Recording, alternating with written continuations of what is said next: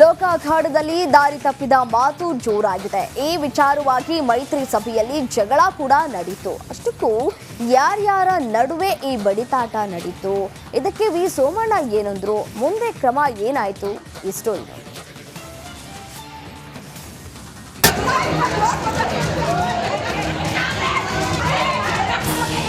ಲೋಕ ಅಖಾಡದಲ್ಲಿ ಮಾತಿನ ಸಮರವೇ ನಡೀತಿದ್ದು, ದೋಸ್ತಿ ಹಾಗೂ ಕೈ ನಾಯಕರ ನಡುವೆ ವಾಗ್ಯುದ್ಧ ಮುಂದುವರೆದಿದೆ. ಹೆಣ್ಣು ಮಕ್ಕಳು ಹಾದಿ ತಪ್ಪಿದ್ದಾರೆಂದು ಹೇಳಿದ ಎಚ್.ಡಿ. ಕುಮಾರಸ್ವಾಮಿ ವಿಷಾದವನ್ನ ವ್ಯಕ್ತಪಡಿಸಿದ್ರೂ ಕೂಡ ರೊಚ್ಚಿಗೆದ್ದ ಕೈ ಕಾರ್ಯಕರ್ತೆಯರು ದೋಸ್ತಿ ಸಭೆಯಲ್ಲಿ ಹೈ ಡ್ರಾಮಾ ನಡೆಸಿದ್ರು.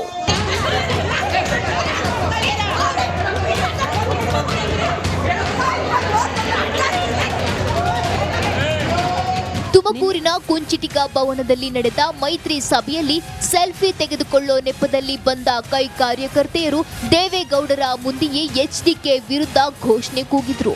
ಈ ವೇಳೆ ಬಿಜೆಪಿ ಕಾಂಗ್ರೆಸ್ ಕಾರ್ಯಕರ್ತೆಯರು ಜುಟ್ಟು ಹಿಡಿದು ಜಗಳವಾಡಿಕೊಂಡಿದ್ರು. ಈ ಬಗ್ಗೆ ಬಿಜೆಪಿ ಪಾಳಿಯ ಕೆಂಡ ಕಾರಿದ್ದು, ಗಲಾಟೆ ಅಲ್ಲರಿ, ಕಾಂಗ್ರೆಸ್ನವರು ಸೋಲುವ ಭಯದಿಂದ ಹತಾಶರಾಗಿದ್ದಾರೆ ಎಂದು ವಿ ಸೋಮಣ್ಣ ಕಿಡಿಕಾರಿದ್ರು. ಗಲಾಟೆ ಅಲ್ರಿ, ಹತಾಶರಾಗಿದ್ದಾರೆ. ಎಲ್ಲಾದರೂ ಒಂದು ಕಡೆ ನೀವು ಆಯ್ತರಪ್ಪ, ನೀವು ಇಷ್ಟೆಲ್ಲ ಮಾಡ್ತಾ ಇದ್ದೀರಲ್ಲ, ಮೊನ್ನೆ ಕಾರ್ಯಕ್ರಮ ಕುಮಾರಸ್ವಾಮಿ ಬಂದಾಗ, ಇವತ್ತು ದೇವೇಗೌಡರು ಬಂದಾಗ ನಾನು ಮಾಡೋ ಕಾರ್ಯಕ್ರಮ ಎಲ್ಲವೂ ನೋಡಿ, ನನಗೆ ಮುಖ್ಯಮಂತ್ರಿಗಳ ಕಾರ್ಯಕ್ರಮ ತಾವೇ ನೋಡಿದ್ದೀರಿ, ನಾನೇನು ಇರಲಿಲ್ಲ. ಏನು ಅನ್ನಿಸ್ತದೆ ನಿಮಗೆ? ನಿಮ್ಮ ಅಭಿಪ್ರಾಯ ಹೇಳ್ರಪ್ಪ, ನಿಮ್ಮ ಅನುಭವ ಹೇಳ್ರಪ್ಪ. ದೇವೇಗೌಡರು ಅವಮಾನ ಮಾಡೋದು, ಅವಮಾನ ನೋಡ್ರಿ, ದೇವೇಗೌಡರು ಒಂದು ದೊಡ್ಡ ಸಮುದ್ರ ರೀ. ಈ ಚಿಟ್ಟೆಪಟ್ಟೆಗಳೆಲ್ಲ ಅವ್ರು ಯಾಕೆ ತಲೆ ಕೆಡಿಸ್ಕೋತಾರೆ? ಇದಾದ ಬಳಿಕ ಇದೇ ವಿಚಾರವನ್ನ ಮುಂದಿಟ್ಟುಕೊಂಡು ಚುನಾವಣಾ ಆಯೋಗಕ್ಕೆ ಬಿಜೆಪಿ ಮತ್ತು ಜೆಡಿಎಸ್ ದೂರು ನೀಡಿದೆ. ಮಾಜಿ ಪ್ರಧಾನಿ ಎಚ್.ಡಿ. ದೇವೇಗೌಡರಿಗೆ ಭದ್ರತಾ ವೈಫಲ್ಯವಾಗಿದೆ ಎಂದು ದೂರು ನೀಡಿದ್ದಾರೆ. ಸದ್ಯ ಈಗ ಮಹಿಳೆ ಕಾರ್ಯಕರ್ತೆಯರ ವಿರುದ್ಧ ಎಫ್ಐಆರ್ ದಾಖಲಿಸಲಾಗಿದೆ. ಘಟನೆ ಖಂಡಿಸಿ ತುಮಕೂರು ಜಿಲ್ಲಾಧಿಕಾರಿ ಕಚೇರಿ ಬಳಿ ಬಿಜೆಪಿ ಜೆಡಿಎಸ್ ಕಾರ್ಯಕರ್ತೆಯರು ಪ್ರತಿಭಟನೆ ನಡೆಸಿದ್ದಾರೆ.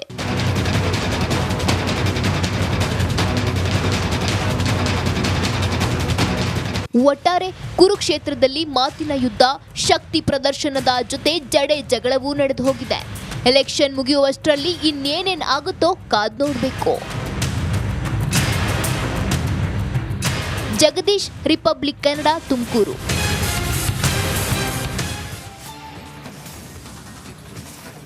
ಅಯೋಧ್ಯೆಯಲ್ಲಿ ಶತಮಾನಗಳ ಬಳಿಕ ಮೊದಲ ರಾಮನವಮಿ ಆಚರಿಸಲಾಗ್ತಾ ಇದೆ. ರಾಮ ಮಂದಿರ ಉದ್ಘಾಟನೆಯಾಗಿ ಬಲರಾಮ ವಿರಾಜಮಾನನಾಗಿದ್ದಾರೆ. ಅದೊಂದು ವಿಜ್ಞಾನದ ಕೌತುಕಕ್ಕಾಗಿ ಅಖಂಡ ಹಿಂದೂಗಳು ಕಾಯ್ತಾ ಇದ್ದಾರೆ. ಈ ಬಗೆಗಿನ ಸ್ಪೆಷಲ್ ರಿಪೋರ್ಟ್ ಇಲ್ಲಿದೆ ನೋಡಿ.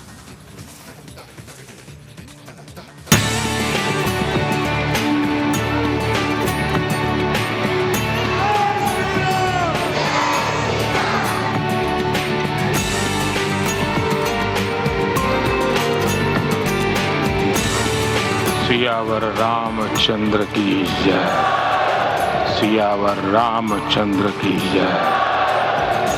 ಹೌದು, ಬೆಂಗಳೂರಿನ ಗವಿ ಗಂಗಾಧರೇಶ್ವರ ದೇಗುಲದಲ್ಲಿ ಸಂಕ್ರಾಂತಿಯ ದಿನ ಸೂರ್ಯ ರಶ್ಮಿ ಶಿವಲಿಂಗ ಸ್ಪರ್ಶಿಸುವ ಸನ್ನಿವೇಶಕ್ಕೆ ನಾವು ನೀವು ಸಾಕ್ಷಿಯಾಗಿದ್ದೇವೆ.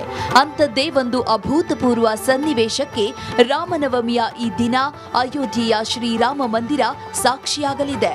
ಈ ಅಪರೂಪದ ಕ್ಷಣಗಳನ್ನು ಕಣ್ತುಂಬಿಕೊಳ್ಳಲು ದೇಶದ ಜನತೆ ಕಾತರರಾಗಿದ್ದಾರೆ.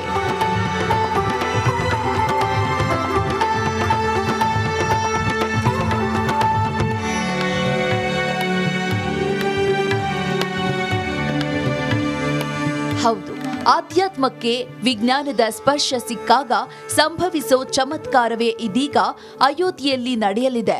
ಶ್ರೀರಾಮನ ಜನ್ಮ ಮುಹೂರ್ತದ ವೇಳೆಯಲ್ಲೇ ಸೂರ್ಯನ ಕಿರಣಗಳು ಬಾಲರಾಮನ ಹಣೆಯಲ್ಲಿ ತಿಲಕದ ರೀತಿ ಕಂಗೊಳಿಸಲಿದೆ.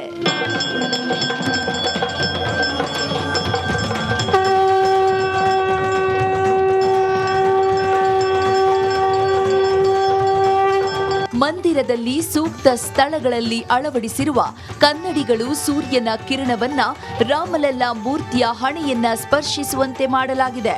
ಇದನ್ನ ಕೇಂದ್ರೀಯ ವಿಜ್ಞಾನ ಮತ್ತು ಕೈಗಾರಿಕಾ ಸಂಶೋಧನಾ ಸಂಸ್ಥೆಯ ವಿಜ್ಞಾನಿಗಳು ಈ ವ್ಯವಸ್ಥೆಯನ್ನ ಅಭಿವೃದ್ಧಿಪಡಿಸಿದ್ದಾರೆ.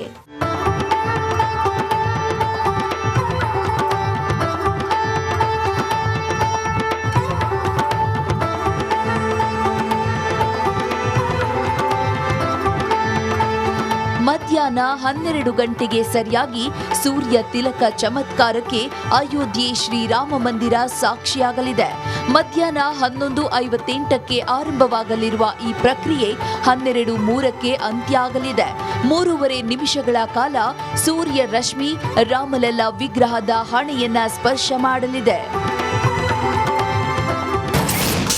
ಸೂರ್ಯ ತಿಲಕದ ವಿಶೇಷ 12:40 ರಾಮಲಲ್ಲ ಹಣೆಯ ಮೇಲೆ ಸೂರ್ಯ ತಿಲಕ ಬೀಳಲಿದೆ. ಸೂರ್ಯ ತಿಲಕ ಬೀಳುವ ಪ್ರಕ್ರಿಯೆ 11:58ಕ್ಕೆ ಶುರುವಾಗಲಿದೆ. 12:03ಕ್ಕೆ ಕೊನೆಯಾಗಲಿದೆ. ಸೂರ್ಯ ತಿಲಕ ಯಾವುದೇ ರೀತಿಯ ಶಾಖ ಸೃಷ್ಟಿ ಮಾಡೋದಿಲ್ಲ.